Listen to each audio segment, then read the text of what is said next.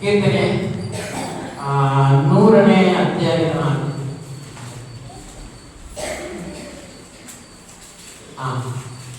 ಕೀರ್ತನೆ 100ನೇ ಅಧ್ಯಾಯ ಮೊದಲನೇ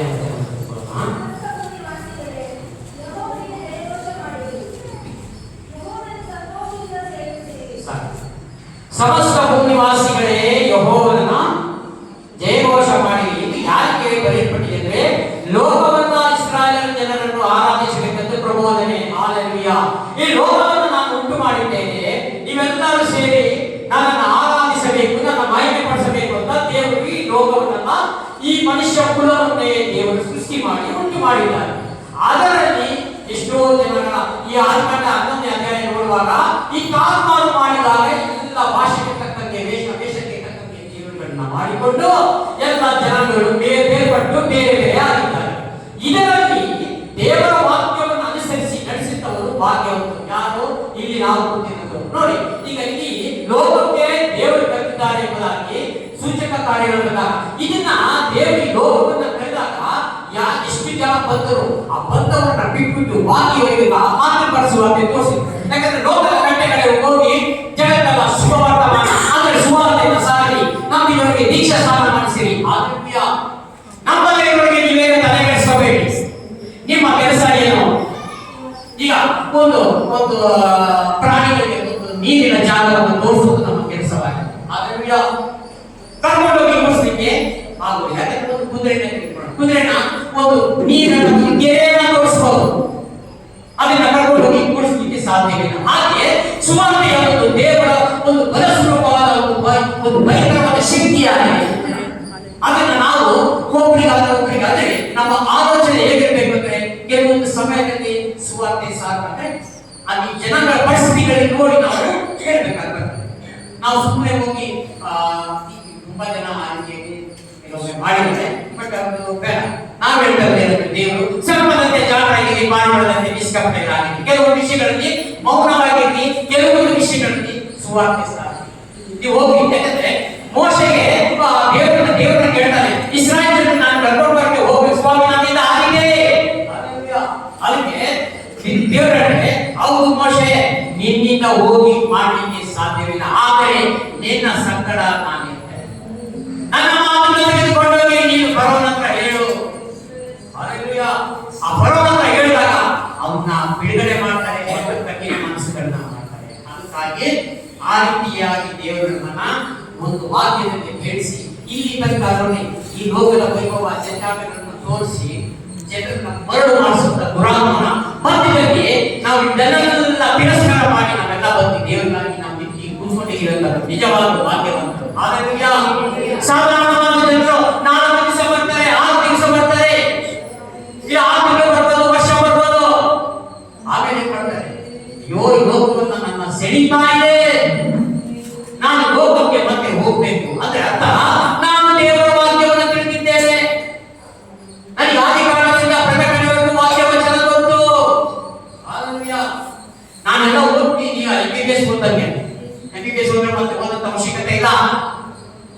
ಸ್ವಿಚ್ ಬಂದು ಹಾಕೋದು, ಮೆಡಿಸಿನ್ ಮಾಡುವುದು, ಆಪರೇಷನ್ ಮಾಡುವುದು, ಆದ್ರೆ ದೇವರ ವಾಕ್ಯ ಹಾಗಾಗಲ್ಲ. ನಮ್ಮ ಜೀವಿತ ಕಾಲ ಅದಕ್ಕೆ ಆದಿ ನಾನೇ ಅಂತ್ಯವು ನಾನೇ, ಯುಗದ ಸಮಾಪ್ತಿಯು ಎಲ್ಲ ದಿವಸ ನಿಮ್ಮ ಸಂಕಟ ನಾನಿರುವೆನು. ಆದ್ರೆ ನಮ್ಮ ಆಯುಷ್ಕಾಲ 60 ಆದರೆ ನಾವು ಹೋಗುವಂತ ವಾಕ್ಯ ಇರುತ್ತದೆ ಎಲ್ಲಿ ತನಕ? ಯುಗದ ಸಮಾಪ್ತಿ ತನಕ. ಮತ್ತೆ ನೆಕ್ಸ್ಟ್ ಜನರೇಷನ್ ಇರ್ಬೋದು, ಇಲ್ಲ ಅಂದ್ರೆ ನಮ್ಮ ಜನರೇಷನ್ಗೆ ದೇವರು ಬೇಡಿಕೆ ಕೊಡುವುದಿಲ್ಲ. ಹಾಗಾಗಿ ನಾವು ದೇವರನ್ನ ನಂಬಿ ಶಾಂತರಾಗಿ ಪ್ರತಿ ದಿವಸವೂ ಆತನನ್ನು ನಮ್ಮ ಮುಂದುಗಡೆ ಪ್ರೆಸೆಂಟ್ ಮಾಡ್ತೇವೆ. ದೇವರನ್ನ ಯಾವತ್ತೂ ನಮ್ಮ ಮುಂದುಗಡೆ ಇಟ್ಟುಕೊಂಡು ಸಕಲ ಕೆಲಸದಲ್ಲಿ ನಡೆಯಿರಿ, ಜಯವನ್ನು ಕಾಣುತ್ತೀರಿ. ಹಾಲೆಲೂಯಾ. ಕೆಲವೊಮ್ಮೆ ರೋಗಗಳಾಗಲಿ, ದುಃಖಗಳಾಗಲಿ, ಕಷ್ಟಗಳಾಗಲಿ, ಬೇರೆ ಸಮಸ್ಯೆಗಳಾಗಲಿ, ನಾವು ದೇವರನ್ನ ಚಿಕ್ಕದಾಗಿ ನೋಡಿ ಆ ಸಮಸ್ಯೆಗಳನ್ನ, ಆ ಕಷ್ಟಗಳನ್ನ ಲೋಕವಾಗಿ ನೋಡ್ತೀವಿ. ಅದಕ್ಕೆ ಪರಿಹಾರ ಆಗುವುದಿಲ್ಲ. ಯಾಕಂದ್ರೆ ನನ್ನ ಮೇಲೆ ಮಮತೆ ಇಡದವನು ಇಡದವನು ನನಗೆ ಯೋಗ್ಯನು ಅಲ್ಲ. ಆಕಾಶ ಭೂಮಿಯನ್ನು ನನ್ನ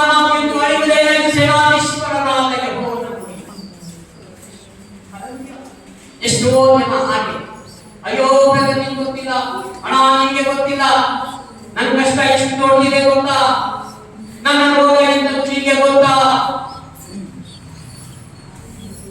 ಹಾಗಾದ್ರೆ ನೀನು ಭಾನುವಾರ ಪ್ರಾರ್ಥನೆ ಮಾಡಿದ್ದೀರಿ, ನೀನು ಎಲ್ಲಿ ಕೂಡಿಸಿಡ್ತಾ ಇದೆಯಾ? ನೀನು ಗಂಟು ಮಾಡೋದ್ರೆ ಪರಲೋಕದಲ್ಲಿ ಗಂಟು ಮಾಡಿಟ್ಕೊಳ್ರಿ, ಭೂಲೋಕದಲ್ಲಿ ಗಂಟು ಮಾಡಬೇಕು. ಅಂದರೆ ಅರ್ಥ ನಾವು ಬದುಕೊಂಡಾಗೆ ಒಂದು ಗುಡ್ಡಕ್ಕೆ ಮಣ್ಣು ಹಾಕಿದರೆ ಎಷ್ಟು ಖುಷಿ ಆಗ್ತದೆ ನೆನಪಿರ್ತದ, ನೆನಪಿರ್ತವೆ ಸಹ. ಅದಕ್ಕೆ ಪರಲೋಕದಲ್ಲಿ ಗಂಟು ಮಾಡಿಟ್ಕೊಳ್ಳಿ. ಅಲ್ಲಿ ಕಳ್ಳ ಹೋಗೋದಿಲ್ಲ, ನುಸಿ ಇಡುವುದಿಲ್ಲ, ಇಡುವುದಿಲ್ಲ.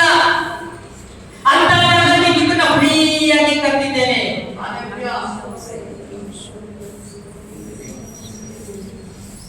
ಸುಮ್ಮನೆ ನಾವು ಯಾವುದೋ ಸಣ್ಣದಾಗಿ ದೇವರನ್ನು ಕಾಣಬಾರದು. ಯಾವುದು ನಮ್ಮ ಮುಂದೆ ದೇವರನ್ನು ಇಟ್ಟುಕೊಳ್ಳಬೇಕು. ಅದಕ್ಕೆ ದಾರಿಯಲ್ಲಿ ಹೋಗುವಾಗ, ನಡೆಯುವಾಗ, ಕೂರುವಾಗ, ಮಲಗುವಾಗ, ಏಳುವಾಗ ಸಕಲ ದೇವರ ನಾಮವನ್ನು ಸ್ಮರಣೆ ಮಾಡಿ. ಇದು ದೇವರು ನಮಗೆ ಕಳಿಸಿಕೊಟ್ಟಂತ ಒಂದು ಆಜ್ಞೆಯಾಗಿದೆ. ಅದಕ್ಕಾಗಿ ನಾವು ದಿನೇ ದಿನ ಮಾರ್ಪಟ್ಟು ಬದಲಾಗಬೇಕು. ಎಷ್ಟೋ ಜನ ನಾನು ಕೆಲವೊಂದು ಕಡೆ ನಾನು ವೆಹಿಕಲ್ ಮಾಡ್ಕೊಂಡು ಒಂದು ಕಡೆ ಪ್ರಯಾಣಿಸಿ ಹೋಗ್ತಾರೆ ಅಂದ್ರೆ, ಅಯ್ಯೋ ನನ್ನ ಪುಸ್ತಕ ನಮ್ಗೆ 66 ಪುಸ್ತಕ ಬಂದಿದೆ, ಗೊತ್ತಿದ್ದವರಿಗೆ ಬರ್ಬೋದು. ಎಂಥ ಸೇವಕರಾಗಿದೆ, ಇದುವರೆಗೂ ಇದನ್ನ ಕಂಪ್ಲೀಟ್ ಮಾಡಿದ್ದೀನಿ ಅಂತ ಹೇಳೋಕೆ ಸಾಧ್ಯವೇ ಇಲ್ಲ.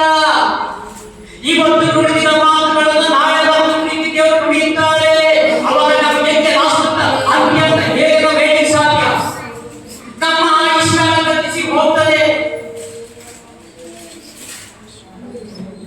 ಅದಕ್ಕೆ ದೇವರು ಯಾವಾಗಲೂ ನನ್ನ ಆಸೆ, ನನ್ನ ಆಕಾಂಕ್ಷೆ, ನಾನು ಯಾವಾಗಲೂ ಹೊರಗಡೆ ಹೋಗ್ಬೇಕಂತ ಕೆಲವೊಮ್ಮೆ ದೇವರ ವಾಕ್ಯ ಮೊನ್ನೆ ಹೋದವಾರ ಸಾಕ್ಷಿ ಒಂದು ಗ್ರಾಮಕ್ಕೆ ಒಂದು ವಿಲೇಜ್ ಬಂದಿದೆ. ಅಲ್ಲಿ ಹೋಗಿ ಯಾರ ಪರಿಚಯ ಮಾಡ್ಕೊಂಡು ದೇವರನ್ನು ಪರಿಚಯ ಮಾಡಿಸಿಕೊಳ್ಳೋಣ ಅಂತ ಅಲ್ಲಿ ಒಂದು ಯಾವ ಬಟ್ ಆ ಊರ ಹೋಗಿ ಕೈ ಪ್ರಾರ್ಥನೆ ಮಾಡಿ ಆ ಗ್ರಾಮದಲ್ಲಿ ಪ್ರಾರ್ಥನೆ ಮಾಡಿ ಗುಡ್ಡಾಟ ಕಾಣಿದೆ ತುಂಬ ಕಾಣಾಗಿದೆ. ಅಲ್ಲಿ ಗುಡ್ಡಾಟ ಹೋಗಿ ಅಲ್ಲಿ ಒಂದು ಪ್ರಾರ್ಥನೆ ಮಾಡಿಕೊಂಡು ಹಿಂದಿಗೆ ಮಧ್ಯಾಹ್ನ ಮನೆಗೆ. ಯಾಕಂದ್ರೆ ಸುವಾರ್ತೆ ಈಗ ಒಂದು ಊರಿನಲ್ಲಿ ಹೋಗಿ ನಾವು ತಾಲೂಕು ಪ್ರಾರ್ಥನೆ ಮಾಡ್ತೀವಿ. ಕರ್ನಾಟಕದಲ್ಲಿ 30-31 ಜಿಲ್ಲೆಯಲ್ಲಿ ಒಂದೊಂದು ತಾಲೂಕುಗಳಿಗೆ ದ್ವಾರಗಳಲ್ಲಿ ಪ್ರಾರ್ಥನೆ ಮಾಡಿ ಅಲ್ಲಿರುವಂತಹ ಸೇವಕರನ್ನ ಹೋಗಿ ಪರಿಚಯ ಮಾಡಿಕೊಂಡು ಅವ್ರೊಂದು ಕಾಂಟ್ಯಾಕ್ಟ್ ನಂಬರ್ ತೆಗೆದುಕೊಂಡು ನಿಮ್ಮ ಕುಂದುಕೊರತೆಗಳನ್ನು ಒಂದು ಲೀಸ್ಟಲ್ಲಿ ಬರ್ಕೊಡಿ, ನಾವು ಪ್ರಾರ್ಥನೆ ಮಾಡ್ತೀವಿ ಅಂತ ಹೇಳಿ ಒಂದು ಸುಮಾರು ನಮ್ಮೊಂದು 18-19 ಜಿಲ್ಲೆಗಳಲ್ಲಿ ಆ ತಾಲೂಕು ಎಷ್ಟಿದಾವೋ ಅದನ್ನೆಲ್ಲ ಸುತ್ತಾಕೊಂಡು ಒಂದು 4-5 ವರ್ಷ ಹಿಂದೆ ಮಾಡಿ. ಹಾಗಾಗಿ ಅಲ್ಲಿ ಉಜ್ಜಿನ ಕೂಟಗಳನ್ನು ದೇವರು ತಿಳಿಸಿದ್ದಾರೆ. ಅವ್ರಿಗೆ ಅಭಿಷೇಕಗಳಾಗಿದೆ. ತುಂಬಾ ಜನ ಸುವಾರ್ತೆ ನಂಬಿ ದೇವರು ನಂಬಿ ನಡೆಯುತ್ತವರು ಈಗಲೂ ಇದ್ದಾರೆ. ಹಾಗಾಗಿ ನಾವು ಯಾಕೆ ಸಾಕ್ಷಿಗಳು ಹೇಳ್ತೇವೆ? ನಮಗೆಲ್ಲ ಬಲಪಡಿಸುವ ದೇವರು ನಮ್ಮ ಪಕ್ಷದಲ್ಲಿದ್ದಾರೆ, ನಮ್ಮ ಜೊತೆ ಇದ್ದಾರೆ. 2 ಜನ 3 ಜನ ನನ್ನ ನಾಮದಲ್ಲಿ ಎಲ್ಲಿ ಕುಡಿಬೇಕಿರೋ ನಾನಿದ್ದೇನೆ. ಹಾಗಾಗಿ ಇದು ನಂಬುವವರಿಗೆ ಎಲ್ಲ ಒಂದು ಯೋಶನ ಪುಸ್ತಕ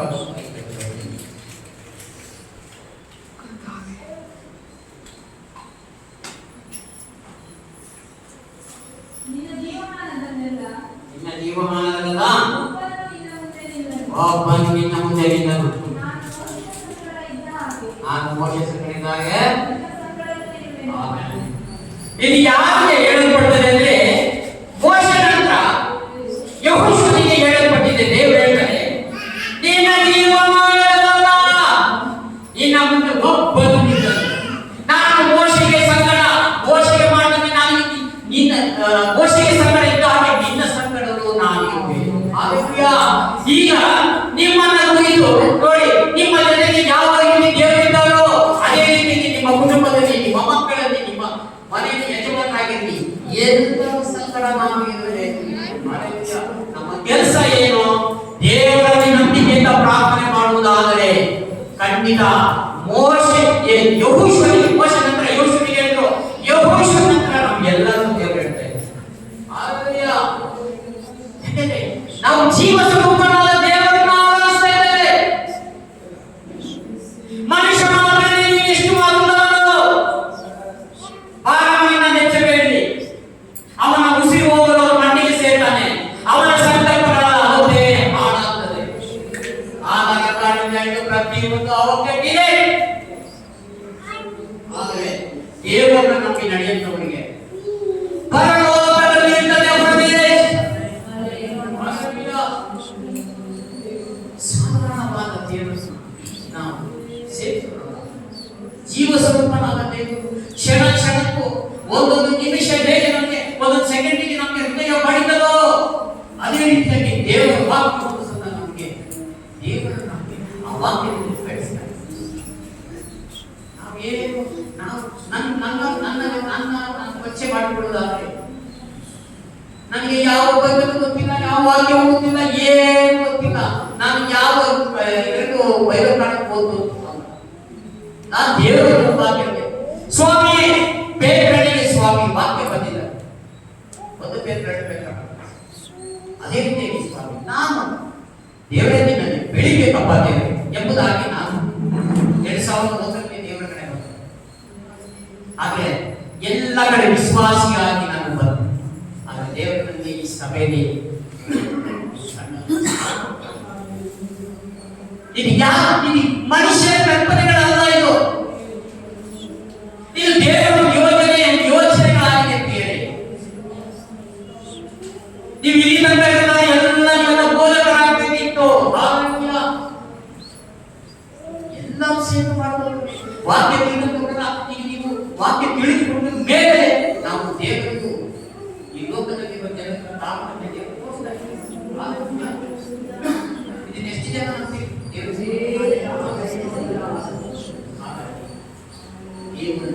ದೇವರು ಪಕ್ಷಪಾತಿ ಅಲ್ಲ, ಒಬ್ಬರಿಗೆ ಒಂದರ ಮಾಡುವುದಲ್ಲ. ನಾನು ಎಲ್ಲವನ್ನು ನಿಮ್ಮೆಲ್ಲರೂ ಸೇರಿಸಿ ಪರಲೋಕ ರಾಜ್ಯಕ್ಕೆ ಕಟ್ಟಿದ್ದೇನೆ.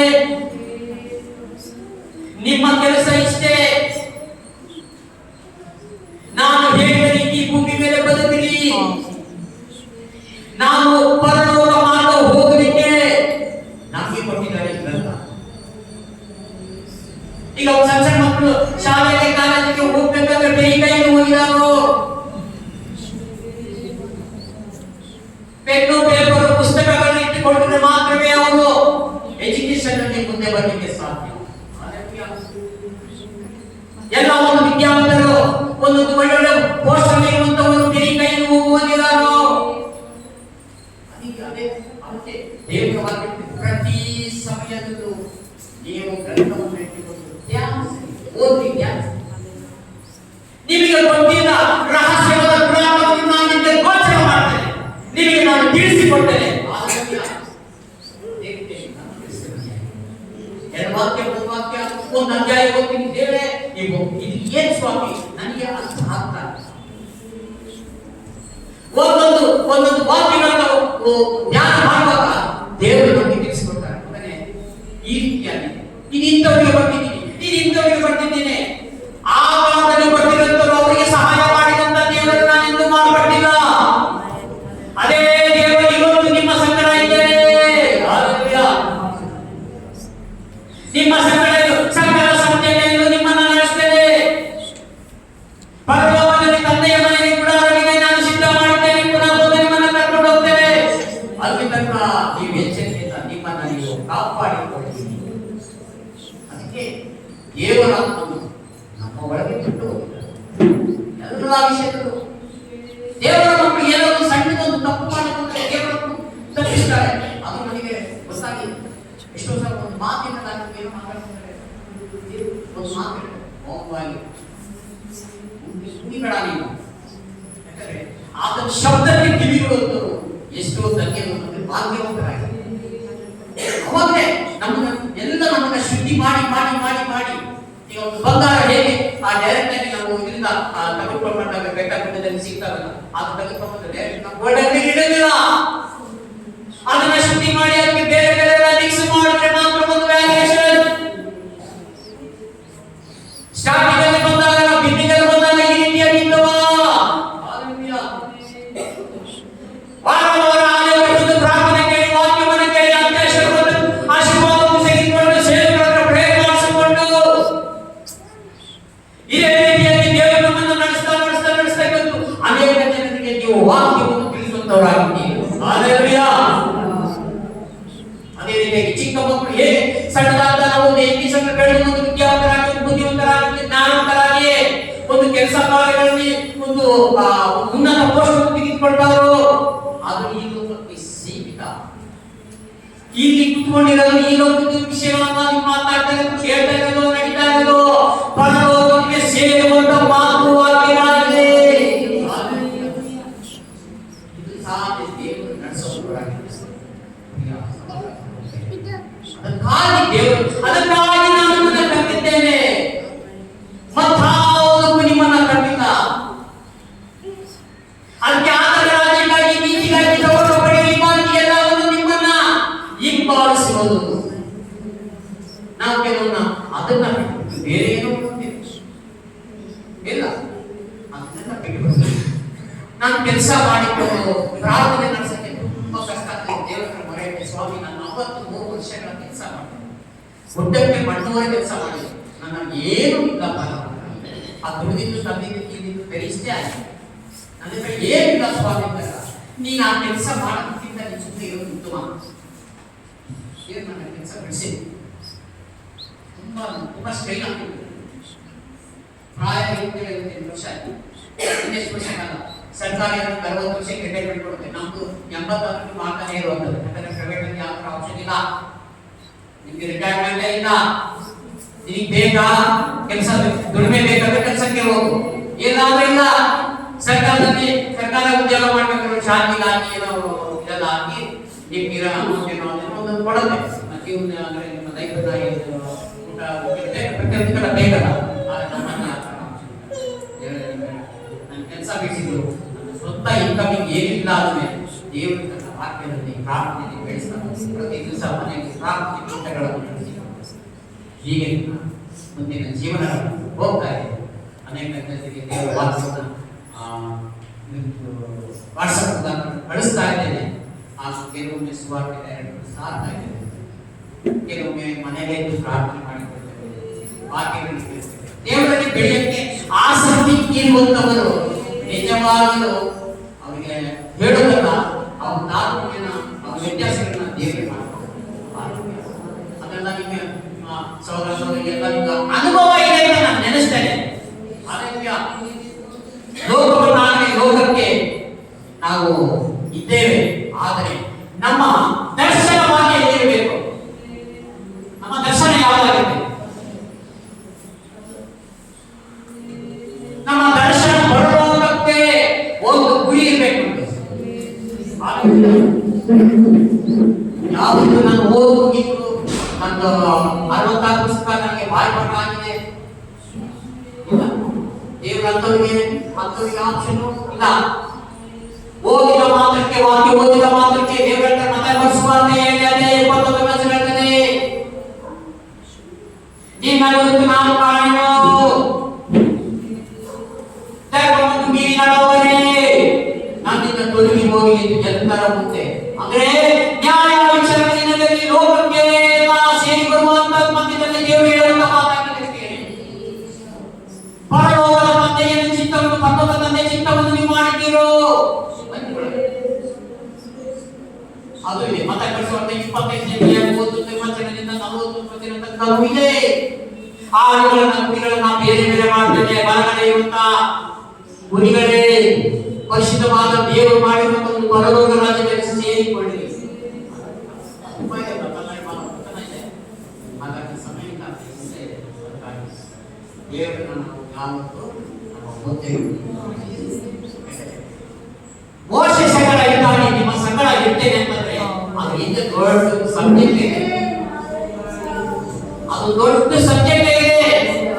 ಆ ಸಬ್ಜೆಕ್ಟ್ ವಿವರಣೆ ಮಾಡೋದು ಇನ್ನೊಂದು ಗಂಟೆಗೆ ಆಗ್ತದೆ. ಅದಕ್ಕಾಗಿ ನೀವು ದಾಸ ವಾಕ್ಯವನ್ನು ಯೋಹಾನ ಬರೆದ ಪತ್ರಿಕೆ ಯೋಹಾನ ಪ್ರಕಟಣೆ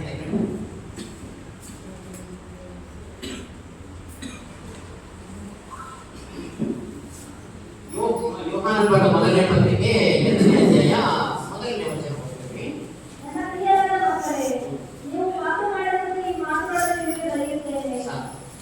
ನನ್ನ ಪ್ರಿಯರಾದ ಮಕ್ಕಳೇ, ನೀವು ಪಾಪ ಮಾಡದಂತೆ ಈ ಮಾತುಗಳನ್ನು ನಿಮಗೆ ಬರೆದಿದ್ದೇನೆ. ಹಾಲೆಲೂಯಾ.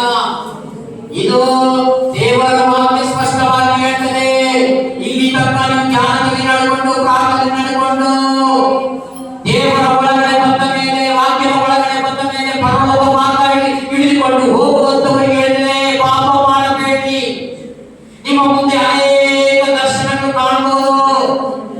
ಅನೇಕ ಪ್ರೇರೇಪಣೆಗಳು ಬರಬಹುದು. ಹಾಲೆಲೂಯಾ. ಇವೆಲ್ಲ ರಿಜೆಕ್ಟ್ ಮಾಡಿ ಸೈಡಿಗೆ ತಪ್ಪಿಟ್ಟು ನಮ್ಮ ಮಾರ್ಗ ಏನಿದೆ ಅದನ್ನು ದೃಷ್ಟಿ ಇಟ್ಟುಕೊಂಡು ದೇವ ಮುಂದೆ ನಡೆಯಿರಿ. ಯಾಕಂದ್ರೆ ಬೇರೆ ದುರಾತ್ಮನ ಕಾರ್ಯಗಳು ಎಲ್ಲಿ ನಡೀತದೆ ಅಂದ್ರೆ ದೇವರ ಮಕ್ಕಳ ಮಧ್ಯದಲ್ಲೇ ನಡೀತದೆ. ಲೋಕಕ್ಕೆ ಹೋಗಲ್ಲ, ಆಗಲಿ ನನ್ನ ಪಕ್ಷ ಅಂತ ಹೇಳಿ ಹೋಗುತ್ತಿಲ್ಲ. ಆ ಪಕ್ಷದಲ್ಲಿ ಇರುವಂತವರಿಗೆ ಸುವಾರ್ತೆ ಸಾರಿ ಹೊರಗಡೆ ತರುತ್ತದೆ ನಮ್ಮೆಲ್ಲರ ಜವಾಬ್ದಾರಿ. ನಾನು ಸುವಾರ್ತೆ ಸಾರದೆ ಹೋದರೆ ನನ್ನ ಗತಿ ಏನಾಯಿತು? ಈ ವಾಕ್ಯ ಸ್ಪಷ್ಟವಾಗಿ ಕೇಳ್ಕೊಳ್ಳೋಣ. ಯಾವನಾದರೂ ಪಾಪ ಮಾಡಿದರೆ ಸಂಕಟಗಳಲ್ಲಿ ನೀತಿವಂತನಾದ ಯೇಸು ಕ್ರಿಸ್ತನೆಂಬ ಸಹಾಯಕನು ನಮಗಿದ್ದಾನೆ. ಮಾತ್ರ ನಮ್ಮ ಪಾಪಗಳನ್ನು ನಿವಾರಣೆ ಮಾಡುವ ಯಜ್ಞವಾಗಿದ್ದಾನೆ. ಇವೆಲ್ಲ ಪಾಪಗಳನ್ನ ಏನ್ ಮಾಡಂತೆ? ಹಾಗಾಗಿ ನಾವು ಪಾಪ ಮಾಡದಂತೆ ನಮ್ಮನ್ನು ನಾವು ಎಚ್ಚರಿಕೆಯಿಂದ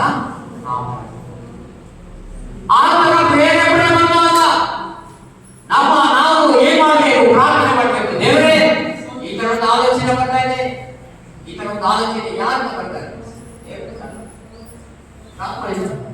ಅವಾಗ ಪ್ರಾರ್ಥನೆ ನಾವು ಶ್ರಮಿಸಬೇಕು. ಯೇಸುವಿನ ಹೆಸರೇ ನನ್ನ ಕೊಡವೆ ನಿನಗೆ, ನಾನು ದೇವರ ಮುದ್ರೆಯನ್ನು ಹಾಕಿಸಿಕೊಂಡವನು. ಈ ದೂರದಲ್ಲಿ ಸರ್ಕಸ್ ಮಾಡುವ ಅಷ್ಟೇ. ಇನ್ನು ಹತ್ರ ಬಂದು ಟೆನ್ಸ್ ಮಾಡಕ್ಕೆ ಯೋಗನಿಗೆ ಹೇಗೆ ದೇವರಿಗೆ ಹೇಗೆ ಒಂದು ಅವನಿಗೆ ಒಂದು ಅಪ್ಪಣೆ ಕೊಟ್ಟಿರೋ ಸೈಕಲ್ ಪ್ರಾಣ ನಷ್ಟವನ್ನು ಮಾಡಬೇಡ.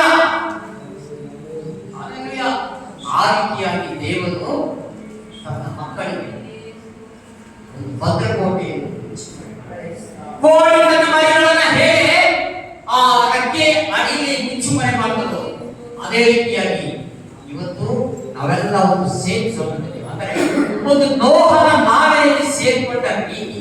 ಆ ಕಾಲದಲ್ಲಿ 8 ಜನ ಸೇರಿಕೊಂಡು ಅವನ ನಿಮಿತ್ತ ಎಲ್ಲ ಸುವಾರ್ತೆ ಮುಖಾಂತರ ಸಾರಿ ಲೋಕದಲ್ಲಿ ಮಾನವಾದ ಎಷ್ಟು ಆರಾಧನೆಗಳನ್ನು ನಡೀತಾರೆ, ಎಷ್ಟು ದೇವರನ್ನು ಮಹಿಮೆಪಡಿಸ್ತಾ ಇದ್ದಾರೆ. ನಮ್ಮ ಪ್ರಪಂಚಗಳ ನಮ್ಮ ಭಾರತ ದೇಶಗಳಲ್ಲಿ ಎಷ್ಟು ರಾಜ್ಯಗಳಲ್ಲಿ ಜಿಲ್ಲೆಗಳಲ್ಲಿ ತಾಲೂಕು ಹೋಬಳಿ ಹಳ್ಳಿಗಳಲ್ಲಿರ್ಬೋದು ದೇವರನ್ನ ಆರಾಧನೆ ಮಾಡುವಂತ ಎಲ್ಲ ಜನಗಳಿಗಾಗಿ ನಾವು ಸರಿಯಾಗಿ ಪ್ರಾರ್ಥನೆ ಮಾಡಬೇಕು. ಏಕೆಂದ್ರೆ ಆ ಸಮಯದಲ್ಲಿ ಅದೇ ರೀತಿ ನಮಗೋಸ್ಕರ ಪ್ರಾರ್ಥನೆ ಮಾಡ್ತಾ ಇದ್ದಾರೆ. ಹಾಗಾಗಿ ದೇವರನ್ನು ನಾವು ನಂಬಿ ನಡೆಯುತ್ತಾರೆ. ಯಾವ ಮೇಲೆಯೂ ಕೊರತೆ ಇಲ್ಲ. ಇಲ್ಲಿ ನಮಗೆ ಸ್ವಲ್ಪ ದಿವಸ ಅಲ್ಪ ಕಾಲ ಮಾತ್ರ ಈ ಕಷ್ಟಗಳು, ದುಃಖಗಳು, ರೋಗಗಳ ಸಮಸ್ಯೆಗಳು ಏನೇ ಇದ್ದರೂ ಅದು ಪರ್ಮನೆಂಟ್ ಆಗಿರುವುದಿಲ್ಲ. ನಮಗೆಲ್ಲ ತಾತ್ಕಾಲಿಕವಾಗಿರ್ತದೆ. ಪರ್ಮನೆಂಟ್ ಒಂದು ವಾಸಸ್ಥಾನ ಇದೆ. ಆ ವಾಸಸ್ಥಾನಕ್ಕೆ ನಾವೆಲ್ಲ ಸೇರ್ಬೇಕಾಗುತ್ತೆ. ನಮ್ಮ ಪ್ರಾರ್ಥನೆ ವಾಕ್ಯ ಯಾವತ್ತೂ ಬಿಡಬಾರದು. ದೇವರೊಳಗೆ ಅದಕ್ಕೆ ಸಾರಿ ಸಾರಿ ಹೇಳಲ್ಪಡ್ತಾ ಇದೆ. ದೇವರನ್ನು ನಮ್ಮ ಮುಂದೆಗಡೆ ಇಟ್ಟುಕೊಳ್ಳಿ. ದೇವರನ್ನು ನಮ್ಮ ಮುಂದೆ ಇಟ್ಟುಕೊಂಡು ನಡೆಯಲಾದ್ರೆ ಯಾವಾಗ ನೀವು ಪ್ರತಿ ದಿವಸ ನೀವು ವೆಹಿಕಲ್ ಹೋಗ್ತಿರೋ, ನಡ್ಕೊಂಡು ಹೋಗ್ತಿರೋ, ಮನೆಯಲ್ಲಿ ಇಟ್ಟಿರೋ, ಒಂದು ಸ್ಟವ್ ಹಚ್ಚಬೇಕಂದ್ರೆ ಸದಾ ಬೆಳಗ್ಗೆ ಎದ್ದು ಹೋಗೋದು ನಿಮ್ಗೆ ಜಾಸ್ತಿ ಸಮಯ ಸಿಕ್ಕಿಲ್ಲ ಅಂದ್ರೆ 1 ನಿಮಿಷ ಪ್ರಾರ್ಥನೆ ಮಾಡಿ. ಯಾಕಂದ್ರೆ ಉತ್ತಮವಾದ ಪ್ರಾರ್ಥನೆ ಹೇಳಿದರೆ ಸಂಕ್ಷಿಪ್ತವಾದ ಪ್ರಾರ್ಥನೆ ಇದೆ. ಏಕ ಮನಸ್ಸಿನಿಂದ ನಾವು ಪ್ರಾರ್ಥನೆ ಸ್ವಾಮಿ ನಿಮ್ಮ ಕೃಪೆಯನ್ನು ಸಾಧ್ಯ ಇವತ್ತೊಂದು ದಿವಸ ರಾತ್ರಿ ನಮಗೆ ಸ್ವಾಮಿ ಬೆಳಗ್ಗೆ ಎಬ್ಬಿಸಿದ್ದೀರಿ, ಇಲ್ಲಿ ನಮಗೆ ಸಂಜೆವರೆಗೂ ಕಾಪಾಡಿಸ್ತಾ. ಯಾಕಂದ್ರೆ ನಮ್ಮ ಬುದ್ಧಿ ನಮ್ಮ ನಮ್ಮ ನಮ್ಮ ಜೀವನ ನಮ್ಮ ಕುಟುಂಬವೆಲ್ಲ ದೇವರ ಕಡೆಯಿಂದ ನಾವು ಒಪ್ಪಿಸಿಕೊಟ್ಟಾಗ